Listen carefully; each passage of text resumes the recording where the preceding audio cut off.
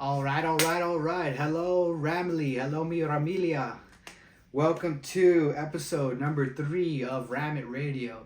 Thank you for joining me. Thank you for keeping up to date with everything. Sorry that I've been out for the past couple of weeks. Life was coming at me really fast. Felt like it was coming at me 1,000 miles an hour. Did a lot of traveling, moved into a new place. Just recently got settled in. Set up my new backdrop here with a couple of my favorite Ram memorabilia and Ram things that I've collected as over the years and as a season ticket member holder and seat owner. So thank you for sticking with me and welcome to episode 3. Before I jump into things, I want to talk about the giveaway that I'm still running. Still running a Matthew Stafford jersey giveaway that I have right here. Stafford's on the back. It's brand new. Still got tags on it. Has got the Super Bowl patch. And I'm going to be giving this guy away as soon as I get to 1,000 followers on any of my 3 social media pages that I have. Only on TikTok, Instagram, and YouTube right now. So as soon as one of those gets to either 1,000 followers or subscribers, I'll be announcing instructions on how to apply for that giveaway and see who's the lucky person to get the jersey, okay? So be sure to follow me there on any of those 3. TikTok is definitely has the most traction right now. I'm getting the most following on there. So I would say start with that one because that's probably going to be your best chance to be a part of the giveaway. My TikTok is at RamIt Radio, at RAMIT_RADIO. So RamIt Radio. So make sure you give me a follow on there, and it should be the same app for all 3 of my socials for TikTok, Instagram, and YouTube. Okay. Not gonna talk about that Cardinals game. Don't even want to touch it. Honestly, don't even want to remember that it happened. Honestly, I got this giant bottle for my birthday, and I might have to fill it up with beer just to forget that game even happened. Shout out to my cousin for this one. Loved it actually. And yeah, so I'm going to start off with talking about 5 things that I came away with, or 5 takeaways from the Niners and Bears games so that's what I'll start off with. For number 1, the secondary is the weakest part of the team right now. They can't cover. They get stupid penalties at key moments. They're really hurting the team. Trey White has been in over his head the whole season, to put it nicely. He, at the minimum, he can make tackles and go hit somebody, but geez Louise, he loves getting holding penalties. He's great at getting a defensive pass interference. He's cost the team sacks. He's cost the team multiple sacks, actually. He's cost the team third down conversions, third down stops on defense. He's cost the team points. Literally, he's gotten, red zone defensive pass interferences that lead to the very next play, a 1-yard touchdown. So we're definitely asking too much of him, but I didn't think he was going to look this bad. Number 2, to jump into number 2, I don't want to just destroy Trey White this whole time. So number 2, the offense has been the biggest disappointment of the team, honestly, so far. It doesn't make sense how the Rams can go from a 5-yard line straight into the red zone multiple times over a course of multiple games. It really doesn't matter where they start most of the time. They can start from their 5, they can start from the 30. They're really good at getting to the opponent's 25, but they're absolutely horrible at getting from the 25 to the goal line. It doesn't make any sense to me how they completely stall out every single time they get into the red zone. Sean McVay is getting way too cute in the red zone. It doesn't make sense that against the Bears, Kyron Williams is going to run break off a 12-yard run, get us inside the 15. I think it took us all the way to the 12 against the Bears. And then McVay calls 3 straight pass plays that go absolutely nowhere, and we're kicking a freaking 25-yard field goal. It's so frustrating to see those guys do all of that and then get away from what got them there. because Kyron was having himself a hell of a game against the Bears, and he's proven himself to still be one of the best running backs in the league. But in the red zone, I don't know if he's gassed. I don't know if McVay thinks he's gassed or if we're saving him for the latter half of the year. But we're running out of games to be able to save someone for, the next parts of the year. The way that we're not getting wins, that we're dropping these winnable games, the record is getting dire. We all know what they're saying about us on the media with the percentages of the 1-4 teams and the 1-5 teams, wherever we end up. They're just getting worse and worse for us. So it's not making sense to me. And if Joshua, thank goodness, he's been a complete turnaround from what we've been dealing with at kicker for the last few years. But he cannot continue to be the Rams' best offensive weapon in the red zone. He can't continue to be the highest scoring player on the team, with just how many opportunities he's getting. He's been fantastic. He had that one miss. I think the laces were in the wrong direction, so that completely screwed up the trajectory of his kick because it looked like it was going in. But he's been phenomenal. He just can't continue to be the offensive MVP or scoring MVP. We're going to end up with 4 wins if that continues that way. Number 3, and I think this is one that I'm most passionate about right now, is that Les Snead, he set up this defense for failure, honestly. He set up this defense for failure, and more people need to be calling him out on it. Like, he gets such a pass in the media. No one is pointing out of what he did to Chris Shula and how he set him up with no middle linebackers, no interior linebackers, no secondary, lost the Hall of Famer, made him rely on rookies to come out and make plays when he himself is a rookie play caller. He's never called a defense. I understand the pressure on McVay to tell him that he needs to be doing a lot more in terms of coaching up his coaches, but Les Snead needs to get some blame for this too. I mean, it's, from what I understand, he's the one that makes the personnel decisions, the football personnel decisions on the team of who's going to be on the rosters. And McVay is making the decisions of who's going to be on the active rosters and who gets practice squad and, every kind of football decision from there. But in this organization, Les Snead is the one that's making those decisions to trade people away. And if it was anyone's decision to trade Ernest Jones away and have us go from, a great middle linebacker with 2 backup linebackers that are going to be having to split a starting job to 2 backups that are playing every single snap that really are not up to par. Troy Reeder has one good play in him every game. I can guarantee you that Troy Reeder is going to make one great play. He did it against the Niners. I don't recall the one that he did against the Bears, but at least he can go and not get ran over. But Roseboom has been non-existent. I don't think that they've called his name that often during the year. And you're leaning on Michael Hoyt to drop back into pass coverage when he's a defensive end. Naturally, he's going to get burned every single time you put him into pass coverage. It's just baffling to me that he put this rookie defensive coordinator position where he lost his best defensive player. He didn't just lose him. He got him traded away. He's forcing him to rely on rookies in key positions. He didn't bring in anyone with talent to support him when we lost our best defensive back. It's honestly, with the blame that's getting put on the defense, I think it's unfair. I'm more frustrated with the team that was put together for a rookie defensive coordinator rather than the way this rookie defensive coordinator is having these guys prepared for games.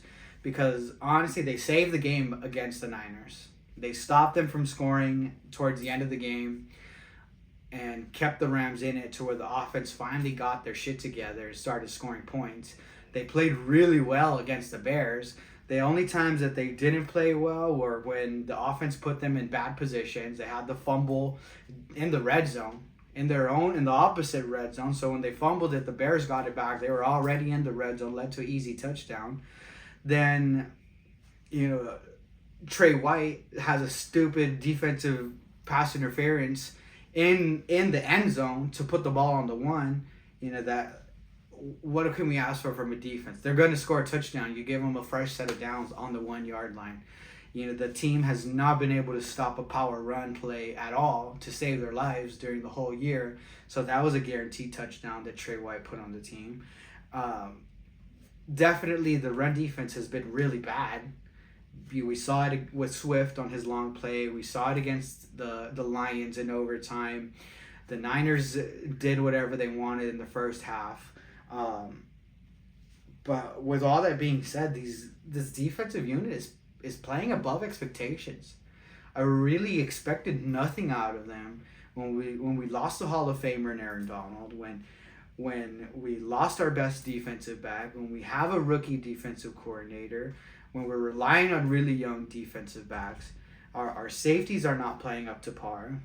Other than Quentin Lake, he's been phenomenal on defense. He's really stepped into his role. And then our outside rushers and Braden Fisk and Kobe Turner. Like the defensive line, the front four have been great. Front five, whatever we want to call it, have been playing fantastic. They're getting consistent pressure every single game, and that's what more can I ask for them. But really, less need. He put that whole unit in a poor position, and I think more people should be calling him out on it. Number 4, on a more positive note, so that I'm not just shitting on our team the whole time, because I'm a passionate Rams fan, that's for sure. And I'm honest and I'm realistic about things, and I call it how I see it. Kyren Williams will be the reason the Rams even have a chance to make the playoffs this year. He's been phenomenal the first 4 games. He's playing fantastic with how poor the offensive line has been around him. He's playing great, and when he gets hot, he breaks off 8 to 12 yard runs like it's no one's business. Like he makes it look easy. Him and Ronnie Rivers have been a great 1-2 punch, but in the red zone, we run away from the run. It doesn't make sense. We lose. We don't have an identity of toughness in the red zone.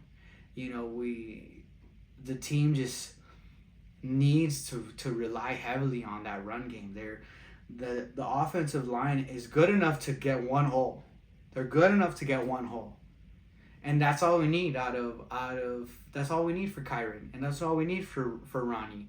They've shown and proven to be great at that one cut type of movement and get upfield.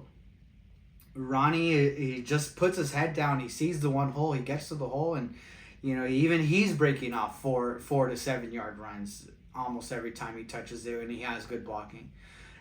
So I really think that the team needs to rely on both of those guys a lot more heavily, especially once we get into that golden area, the red zone, and start utilizing those guys to the max. We haven't even seen Blake Corum, who's supposed to be a godsend when it comes to scoring inside the red zone. No one scored more touchdowns in a row every week than Blake Corum did while he was in college.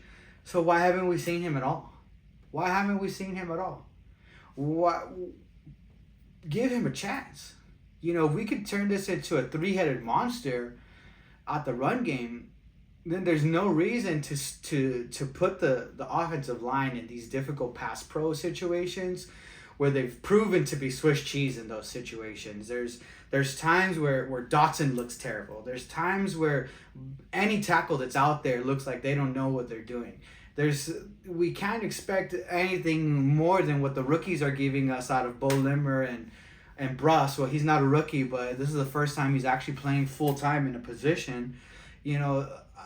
I don't understand. There is a strong point on the offense, and it's the run game.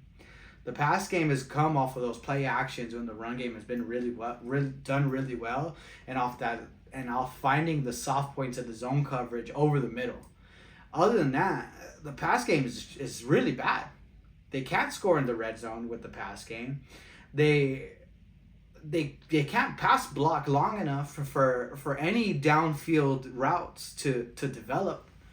You know, there's something that I must be missing looking from the outside in with Blake Corum.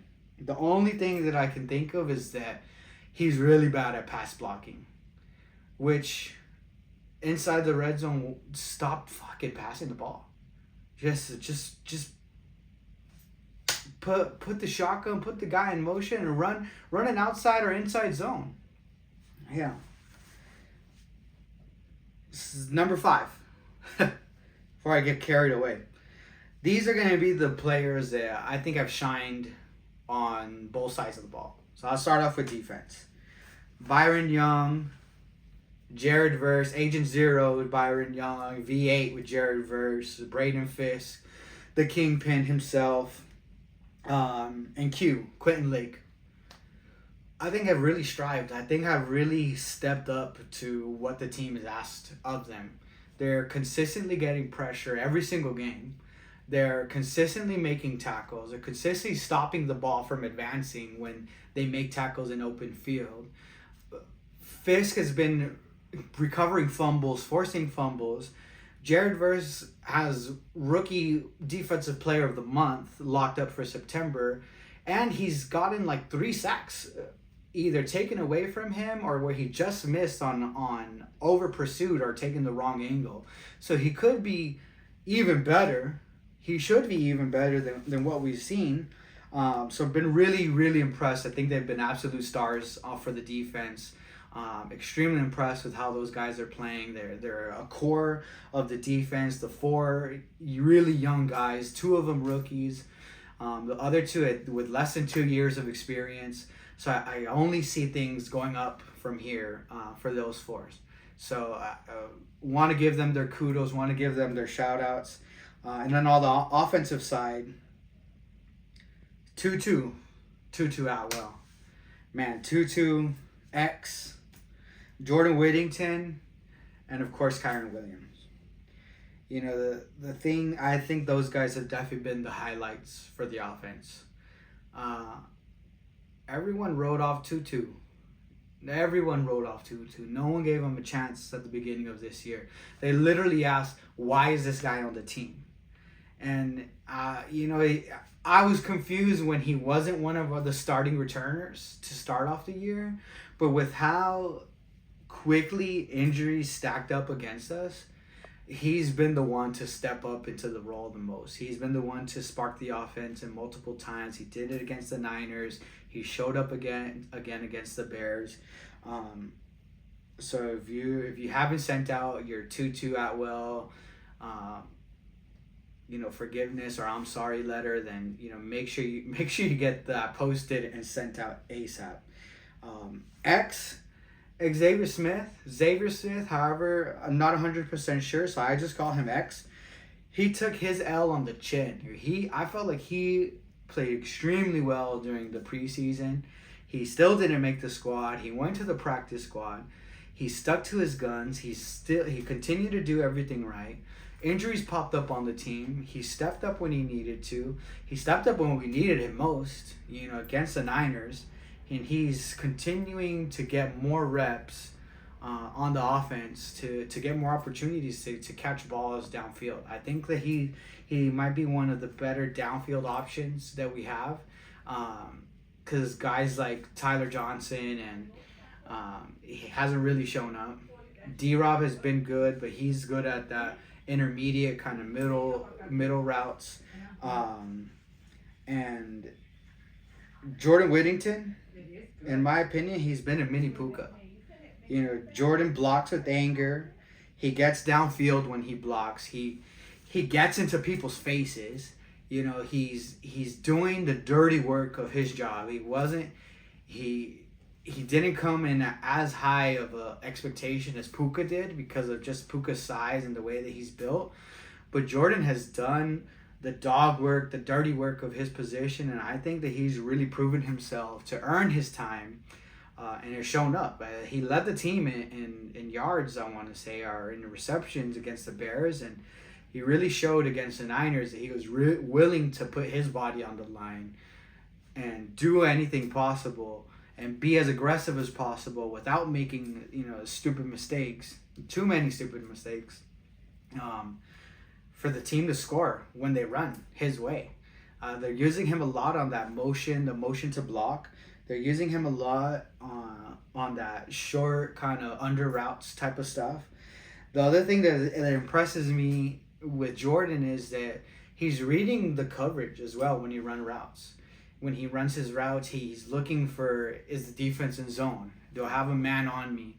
He cuts routes short if he thinks he's in a soft spot of the zone. He runs them long when he feels the chase on him in man. He's not the best at reading the defenses yet. Don't get me wrong. He's definitely made mistakes when he thinks he sees something, but behind him on the back end, there's the man is actually there on him. He's definitely got to realize that it's not college. You're not coming out and playing a full zone or a full man coverage. They're mixing it up. They're having spies. They're having robbers over the middle. They're doing all these different things to not only try and trip up Matthew, because you can't trip up Matthew. He's a professional. He's been doing it so long, but you can trip up these young receivers into making them think they see something when it's really not there. So I like that he's showing signs of an intelligent receiver. He's showing signs of someone that is going to put in the extra effort to see what's going on in the field and not just run a route that's called for him. But he does need to improve on being able to read things correctly. And Kyron, he's just shown that he's one of the best running backs in the league. He's proven it year over year now, through injuries, without injuries, when he's healthy, when he's banged up. He comes in and out every week to put up 100 yards, to carry the ball and really be the heart of the offense, to pump the ball, pump the blood of the offense, to keep things going. Like I said, when he gets hot, he's doing multiple 8-yard, 10-yard, 12-yard runs in a row. So yeah, he's definitely been, I think, one of the most impactful. And then obviously Joshua Carty's been fantastic. The entire special teams unit has been one of the better units that we've had over the past couple of seasons. Those are my 5 things that I've taken away over the last couple of weeks.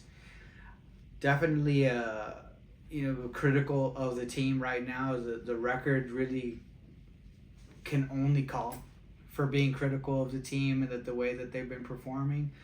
But, I love my team. We got this right here. We got our Super Bowl win. We got the Lombardi. We got an LA Lombardi. We got a St. Louis Lombardi.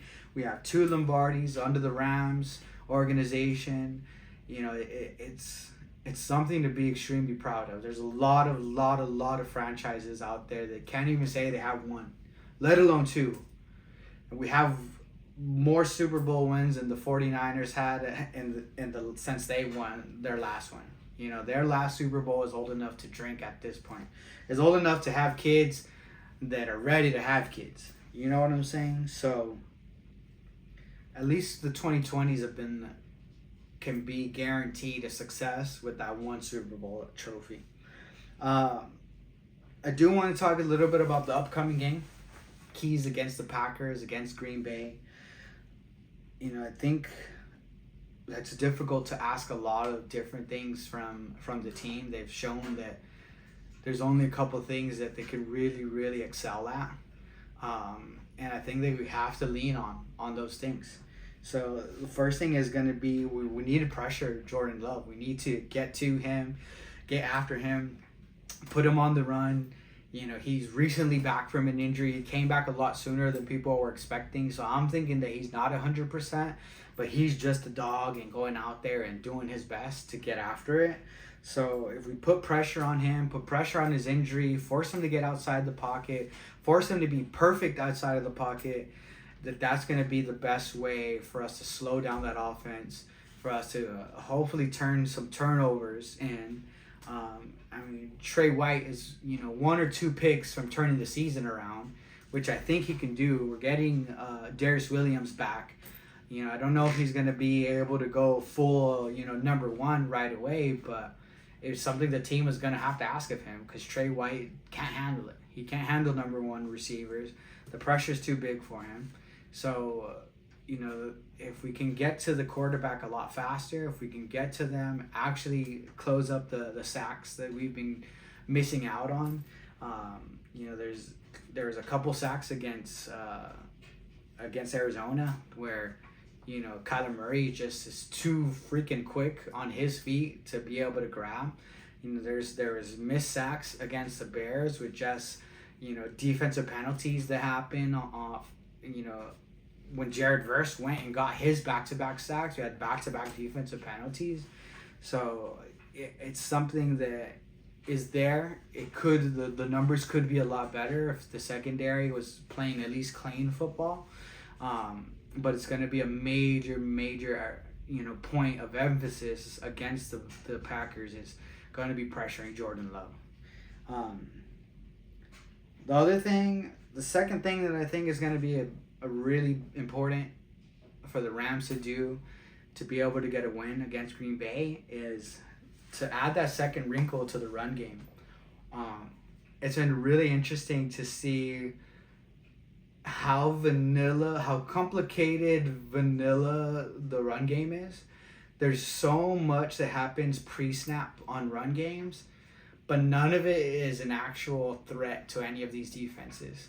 There's so many, fake motions. There's so many motions to block. There's so many, option routes or, fake RPOs that happen behind the play that just don't get utilized. They don't get thrown to. There's so many times where Tutu comes in the motion to see if it's man or try and clear out the box, and not once have they given it to him on any kind of jet sweep or out route or shallow route that we can get it to him really quickly. No kind of fake handoff and then wide receiver screen.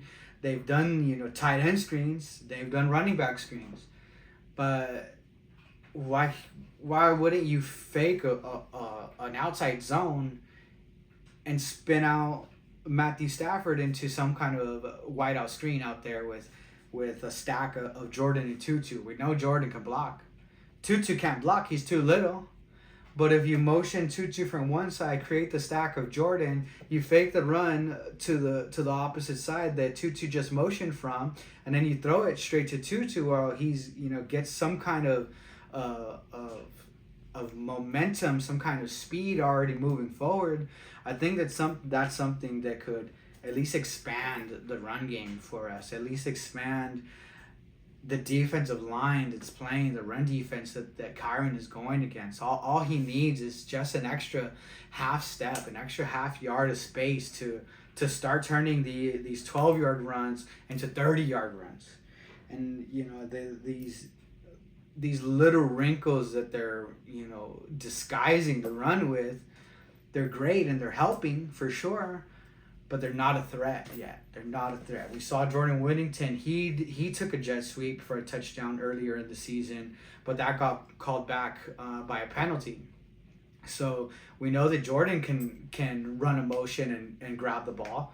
I'm sure Tutu can grab. I don't trust him as much as Jordan grabbing it from directly under center behind Matthew. But if we can get Tutu in some kind of swing wide receiver screen play where he's running a swing route, that might make a lot of sense. But right now, with the way the run game is looking, it's gotten really simple, and it just looks complicated. And I think that's something that defenses are going to start to pick up, and if they figure that out, man, we're completely screwed. The offense will have nothing left to rely on, because the pass game, it really only has been thriving in second halves of the year so far, and that's been once Kyron has shown that you have to be ready to stop him, because you can't just let a team run, the ball 8 times on you and score a touchdown in the way that when Kyron gets really efficient, that's exactly what he's going to do. So I think those are the two things that can realistically be asked of the team right now. I try and be realistic when I watch our team. Maybe not preseason when I'm putting together my win-loss record predictions, but once they start getting tape on film, it's hard to expect more out of them than they're proving that they can do. I can't sit here and say the secondary needs to have better coverage. They don't have that in them. They don't have the personnel to do that. They're literally doing their best, and they're getting exposed week in and week out. I can't say the offensive line needs to have better pass pro. They don't have that in them. They are missing all of their guys. They're relying on rookies. They're asking Josh Doxson, who a year ago was someone that the Steelers gave away pretty much. They didn't want him at all, and now he's having to read the freaking defensive line that's in front of him. He's having to help call pass protection. He's having to tell Bo Limmer when to snap the ball, and he's having to drop back in time enough to get into his pass protection. It looks overwhelming to him. He gave up that sack where it was like he wasn't even there. He made the defensive tackle against him look like Aaron Donald. The guy made a simple instep with the swim move, and Doxson didn't slow him down at all. But I think it's because we're asking way too much of him at this point. And I can't ask for the receivers to play better because we're playing with the 3, 4, 5 guys out there. We're playing with backup tight ends. There's so many injuries on the offense that it'd be unrealistic of me to say, oh, we need to go downfield more. We need to do deep routes. We need to do this. We need to do that. They don't have it in them. They can't pass block long enough for a double move to develop. They could barely pass block long enough for someone to get 35, 40 yards downfield. Matthew Stafford doesn't have the type of deep ball that Russell Wilson had in Seattle, where it was a sky teardrop that gave the receiver that much more time to develop his route while the ball was in the air. The receivers haven't shown that they're good enough to force defensive pass interferences on them. They don't jump back into the ball through a defender to force that kind of a penalty for the refs to throw. It's just asking those things of them. It'd be completely unrealistic from what they've been showing. And the other thing is that we can't put the whole team on Matthew Stafford's back.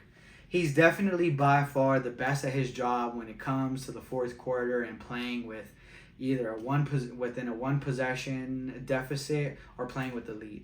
I don't think that there's anybody better in the league at him at playing quarterback in those positions, whether it's a one possession deficit or playing with the lead. He's definitely in that top 1, 2, 3. But asking him to throw the ball 40 times, asking the complete offense to go through him, asking him to be the one that finishes in the red zone every single time, it's just too much to ask of him. These guys, they're not good enough. They're not on his level. We saw it was either D-Rob or Xavier Smith that had that under route that was right in front of him against the Bears, and he's looking at Matthew. And Matthew steps up into the pocket, and then all of a sudden the receiver looks upfield like he's gonna go run block or something, and then Matthew Stafford throws the ball and it hits him. It damn near hits him in the chest. It would have hit him in stride, and he would have been running at full speed with the ball. And instead, he's not looking for the ball. He's looking upfield to do God knows what. Matthew Stafford, he's shown multiple times this season that he's not going to take that risk of getting outside the pocket and running for a first down. That interception that he threw that got called back because both the tight end and the defensive player stepped out of bounds in the red zone. He had the space to go run for the first down. There was nobody in front of him. Me and my dad were watching that game what are you doing, Matthew? You tuck the ball, get those 6 yards, run straight out of bounds, and you're good to go. You know, but no, he throws a really lazy ball, sidearms it, and it was such an easy interception. I thought it was gonna just completely come crashing down at that point. Thank goodness, he hadn't established himself as an inbound player or eligible player at that point.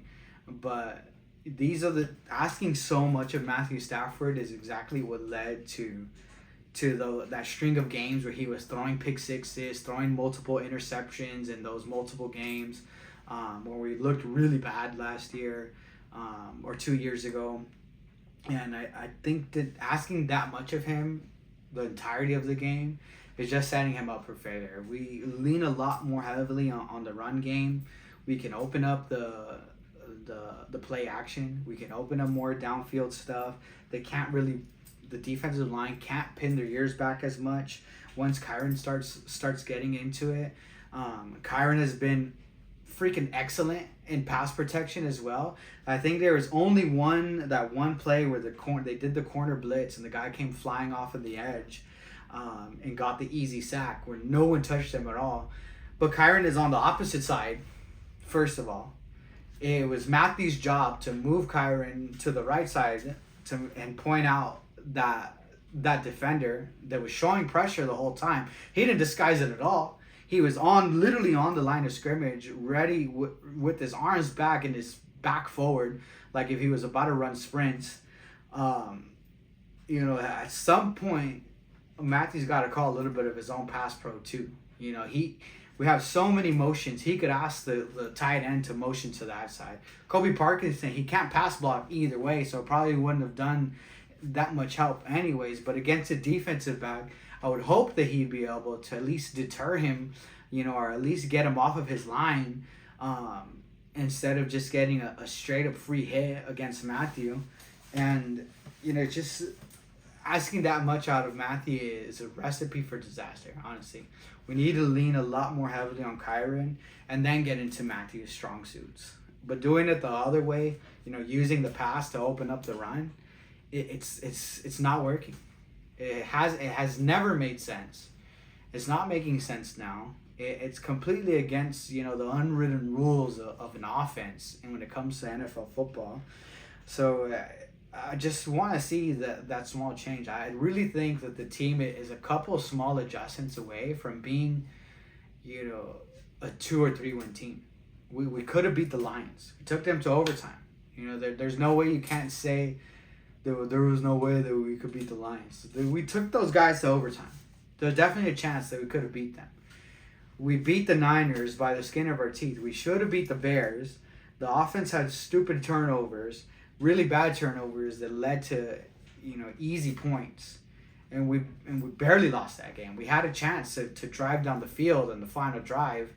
And, that was the second turnover of the game from the offense with an easy interception. I still think that they completely missed the roughing the passer call by when they hit Matthew Stafford in the helmet. But you can't rely on these refs to make those calls. The refs are shown to be absolutely horrific this year. And not in just Rams games, in almost the entirety of the league. Whether it's they're calling everything for the Chiefs in the fourth quarter or completely against the Chiefs the rest of the game. Whether they're picking on an offensive lineman and giving him multiple illegal formations, in one game. These refs have been atrocious. So you can't sit there and rely on them to call a clean game for you, even if it is so blatant as that roughing the passer call was, or a couple of these face mask penalties have been. And just think, those small adjustments on the defense, that there needs to be a lot more coaching of the coaches from Sean. He's definitely been a fantastic offensive mind. He's proven that year in and year out with all of his teams so far. But he's never had this kind of task, this kind of challenge when it comes to calling a defense. He's never had to call a defense. He's always had really good defensive coordinators, defensive mind, running that side of the ball, from Wade Phillips to Raheem Morris, to now he's with Chris Shula, who, let's be honest, he got hired because that's his boy. You know, we all heard the stories of how they coached together for a long time, and you know, albeit Chris Shula understands the team, he understands the personnel. He's been a part of the team at multiple levels on the defense. But this guy, he's not getting the defense prepared. He's putting players in poor positions. He's asking too much of players. You can't ask Michael Hoyt to go out and cover a tight end. You can't do that. He's an edge rusher. He can go out there. He can get after the quarterback like no one's business. He definitely blew up off of the scene last year as a no-name to go and get multiple sacks on the year. I'm confident that he can do that. I'm confident that he can get the outside secure on run plays, but to ask him to either run a stunt and get inside and stop a run, or to drop back into pass coverage, it doesn't make any sense. It doesn't make any sense at all. You have Troy Reader playing literally at the most that he can play, and he has to play every single down. When the reality of it at the beginning of the season is that he was going to be able to be put in positions where he can come into the defense or come onto the field where he's fresh every time that he gets asked to make a play. Now he needs to be on there, to be out there every single play with the guy next to him that was supposed to be spelling him during the defense, because they lost our best middle linebacker, who's been really freaking good in Tennessee, and we totally got fleeced on that trade. You know, we got a 4th round pick, maybe worse, and it just there's those little things, you know. If the defensive backs can at least play clean football, play clean coverage, they don't give up these penalties that have no impact on the result of the play, because Jared Verse is getting after the quarterback really well. Byron Young is getting after the quarterback really well. You know, Braden Fisk is getting through the middle and forcing the quarterbacks out of their spot in the pocket. You know, if we can get just a little bit better coverage, I think it's going to lead to a lot more sacks. It's going to lead to more opportunities for interceptions. I don't expect any of these middle linebackers or Michael Hoyt or any of these defensive linemen that they drop into pass coverage to get a pick. But, you know, JJ the third has shown that he can do it still. Cameron Curl, I'm waiting for him to show up. You know, Quentin Lake, he's thriving in that star position. You know, if we can just get the corners to play just a little bit better, that defense